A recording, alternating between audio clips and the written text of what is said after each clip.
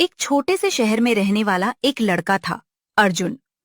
अर्जुन को हमेशा नई नई जगहों और रहस्यों को जानने का शौक था।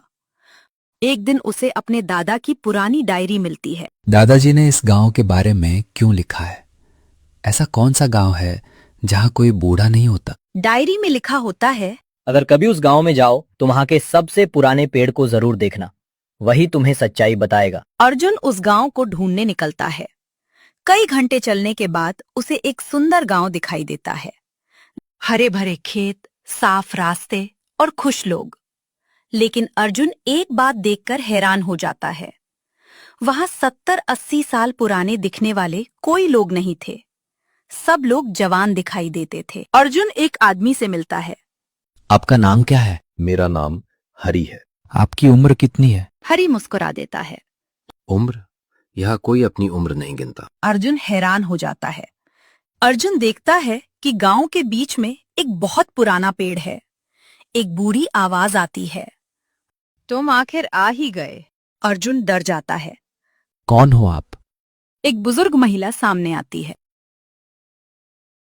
मैं इस गांव की आखिरी सच्चाई जानती हूँ। महिला बताती है, इस गांव में 100 साल पहले एक साधु आए थे। उन्होंने यहाँ एक ऐसा पेड़ लगाया था जिसके फल खाने से इंसान बुरा नहीं होता। अर्जुन चौंक जाता है। तो यहाँ के लोग हमेशा जवान रहते हैं? महिला गंभीर होकर बोलती है, नहीं बेटा, इसकी एक कीमत है। जो लोग यहाँ जवान रहते हैं वो अपनी जिंदगी का सबसे कीमती हिस्सा खो देते हैं। क्या? महिला पेड़ की तरफ देखती है। उनकी यादें। अर्जुन को पता चलता है कि गांव का हर इंसान जवान तो है, लेकिन किसी को अपने परिवार, बचपन और पुराने रिश्तों की याद नहीं है। और तभी पेड़ से एक आवाज आती है, अर्जुन, तुम्हारे दादा भी कभी इस गांव में आए थे? पेड़ की आवाज सुनकर अर्जुन का दिल तेजी से धड़कने लगता है। उसे समझ नहीं आता कि पेड़ उसका नाम और उसके दादा के बारे में कैसे जानता है। तुम कौन हो? मेरे दादाजी का नाम कैसे जानते हो? पेड़ की आवाज फिर आती है, क्योंकि तुम्हारे दादा भी मेरी तरह सच्चाई जानना चाहते थे। बुजुर्ग महिला अर्जुन को पास बैठाती है। मेरा नाम सरस्वती है। मैं इस गांव की सबसे उम्रदराज इंसान हूँ, लेकिन मैं ही अकेली हूँ जिसने उस फल को कभी नहीं खाया। अर्जुन हैरान हो जाता है। लेकिन यहाँ तो कोई बूढ़ा नहीं होता। होता है, अगर वो उस पेड़ का फल खाने से मना कर दे। सरस्वती अर्जुन को बताती है कि गांव में हर बच्चे के 18 साल पूरे होने पर पूरे गांव के सामने एक समारोह होता है। उसे उस रहस्यमयी पेड़ का एक फल खिलाया जाता है। फल खाते ही इंसान जवान रह जाता है, लेकिन धीरे धीरे उसकी पुरानी यादें मिटने लगती हैं। उसे अपने माता पिता, बचपन और रिश्तेदारों की याद तक नहीं रहती। अर्जुन खेलते हुए एक छोटे बच्चे से मिलता है। तुम्हारा नाम? रोहन। तुम्हारे दादाजी कहाँ हैं? बच्चा कुछ देर सोचता है। दादाजी? वो क्या होते हैं? अर्जुन के चेहरे का रंग उड़ जाता है। तभी गांव का मुखिया वहां आता है। उसके चेहरे पर मुस्कान है, लेकिन आंखों में अजीब ठंडापन।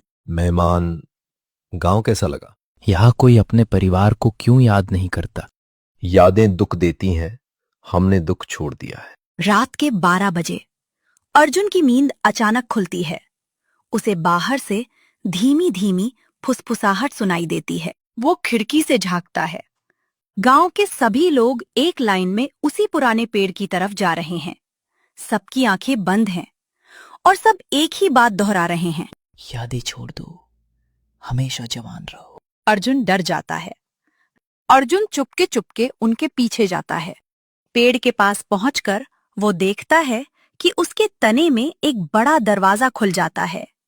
गांव वाले एक एक करके उसके अंदर चले जाते हैं। दरवाजा अपने आप बंद हो जाता है। अर्जुन अपनी जेब से दादाजी की डायरी निकालता है। एक ऐसा पन्ना खुलता है जिसे उसने पहले कभी नहीं देखा था। उस पर लिखा था, अगर तुम ये पढ़ रहे हो तो समझ लो कि तुम पेड़ के बहुत करीब पहुंच चुके हो। उसके नीचे जो छुपा है वही इस गांव का असली रहस्य है। लेकिन सावधान, सच जानने वाला हमेशा सुरक्षित वापस नहीं लौटता। अचानक पेड़ के नीचे वाला गुप्त दरवाजा धीरे धीरे फिर खुलने लगता है। अंदर से हल्की सुनहरी रोशनी बाहर आती है।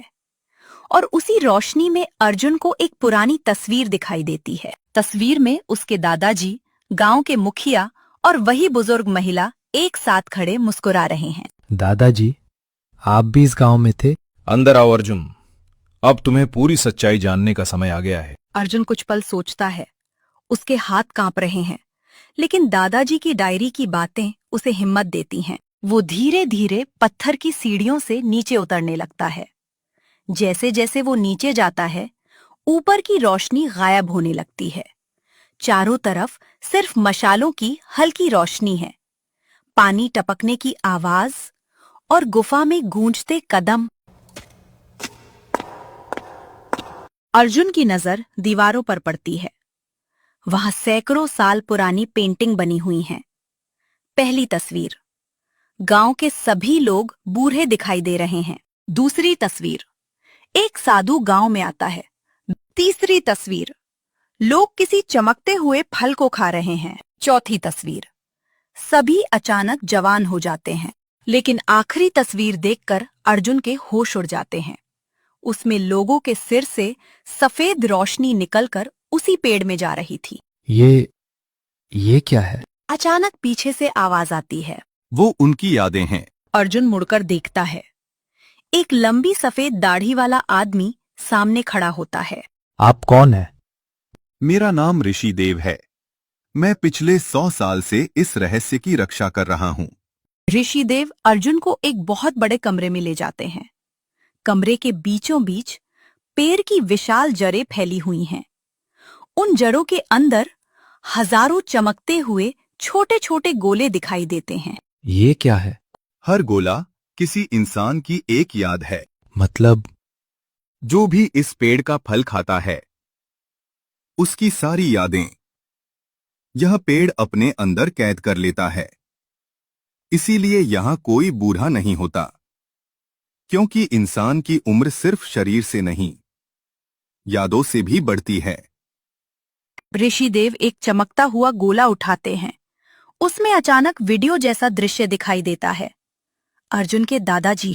अगर मेरा पोता कभी यहाँ आए तो उसे कहना, इस पेड़ को कभी खत्म मत करना, लेकिन इसे गलत हाथों में भी मत जाने देना। अर्जुन की आंखों में आंसू आ जाते हैं। अचानक ऊपर से जोरदार धमाका होता है। पूरा तहखाना हिलने लगता है। कुछ लोग मशीनों के साथ अंदर घुस आते हैं। उनका लीडर है विक्टर मल्होत्रा, एक लालची उद्योगपति। आखिरकार अमर होने वाला पेड़ मुझे मिल ही गया। अब मैं इस पेड़ के फल पूरी दुनिया में बेचूंगा, अरबों कमाऊंगा और दुनिया का सबसे ताकतवर आदमी बन जाऊंगा। मैं ऐसा कभी नहीं होने दूंगा। एक बच्चा मुझे रोकेगा? विक्टर मशीन चालू करता है। मशीन पेड़ की जड़ों से ऊर्जा खींचने लगती है। अचानक पूरी गुफा कांपने लगती है। सभी चमकते हुए यादों के गोले हवा में उड़ने लगते हैं और उनमें से एक गोला सीधा अर्जुन के सिर से टकराता है। जैसे ही चमकता हुआ मेमोरी ऑर्ब अर्जुन के सिर को छूता है, उसके चारों ओर सुनहरी रोशनी फैल जाती है। समय जैसे थम जाता है। अर्जुन खुद को एक पुराने दृश्य में खड़ा पाता है। उसके सामने उसके दादाजी खड़े हैं। अगर तुम ये संदेश देख रहे हो तो इसका मतलब है कि तुम उस जगह तक पहुंच चुके हो जहां बहुत कम लोग पहुंच पाए। अर्जुन की आंखों से आंसू बहने लगते हैं। दादाजी, क्या आप सच में हैं? नहीं बेटा, ये सिर्फ मेरी याद है, लेकिन ध्यान से सुनो। तुम्हारे पास बहुत कम समय है। ये पेड़ लोगों को अमर नहीं बनाता, ये केवल उनकी जवानी को बनाए रखता है और बदले में उनकी यादें अपने अंदर कैद कर लेता है। अगर कोई लालची इंसान इस शक्ति पर कब्जा कर ले तो पूरी दुनिया अपनी पहचान खो सकती है। मशीन पूरी ताकत से चल रही है। आज से ये पेड़ मेरा है। दुनिया के अमीर लोग हमेशा जवान रहने के लिए मुझे अरबों रुपए देंगे। रुको, अगर जड़ें टूट गई तो गांव खत्म हो जाएगा। मुझे गांव से कोई मतलब नहीं, मुझे सिर्फ ताकत चाहिए। विक्टर के दो आदमी अर्जुन को पकड़ने दौड़ते हैं। अर्जुन गुफा के पत्थरों के पीछे छिप जाता है। उसी समय गांव के ऊपर अजीब घटना होने लगती है। लोग अचानक अपना सिर पकड़ लेते हैं। किसी को बचपन की हल्की हल्की याद आने लगती है। एक महिला रोने लगती है। मुझे अपनी माँ याद आ रही है। मैं पहले किसान था। सरस्वती गुफा में पहुंचती हैं। अर्जुन, अगर मशीन नहीं रुकी तो पेड़ मर जाएगा। लेकिन इसे रोकेंगे कैसे? सरस्वती अपनी गर्दन से एक पुराना लॉकेट निकालती हैं। ये चाबी है, इसे तुम्हारे दादाजी ने मुझे सौंपा था। गुफा की दीवार पर एक पत्थर का गोल निशान बना होता है। अर्जुन लॉकेट उसमें लगाता है। धीरे धीरे पूरी दीवार खुलने लगती है। अंदर एक प्राचीन नियंत्रण कक्ष दिखाई देता है। बीच में चमकता हुआ एक क्रिस्टल रखा है। यही पेड़ का हृदय है। तो असली शक्ति यहाँ छिपी है। वो बंदूक निकालकर अर्जुन की ओर तान देता है। क्रिस्टल मुझे दे दो, वरना ये लड़का जिंदा नहीं बचेगा। ऋषिदेव और सरस्वती रुक जाते हैं। जैसे ही विक्टर क्रिस्टल को छूता है, पूरी गुफा सुनहरी रोशनी से भर जाती है। क्रिस्टल की आवाज गूंजती है। जिसके मन में लालच होगा वो इस शक्ति का मालिक कभी नहीं बन सकता। अचानक तेज ऊर्जा निकलती है। विक्टर कई फीट दूर जाकर गिरता है, लेकिन उसी क्षण क्रिस्टल की रोशनी धीरे धीरे बुझने लगती है। बुरा हुआ, बहुत बुरा हुआ। क्या हुआ? पेड़ मरना शुरू हो चुका है। अब हमारे पास उसे बचाने के लिए सिर्फ एक रात बची है। समय खत्म हो रहा है। अगर सूर्योदय से पेड़ नहीं बचा तो इसकी सारी शक्ति हमेशा के लिए खत्म हो जाएगी। अर्जुन फिर से दादाजी की डायरी खोलता है। एक नया पन्ना अपने आप खुल जाता है।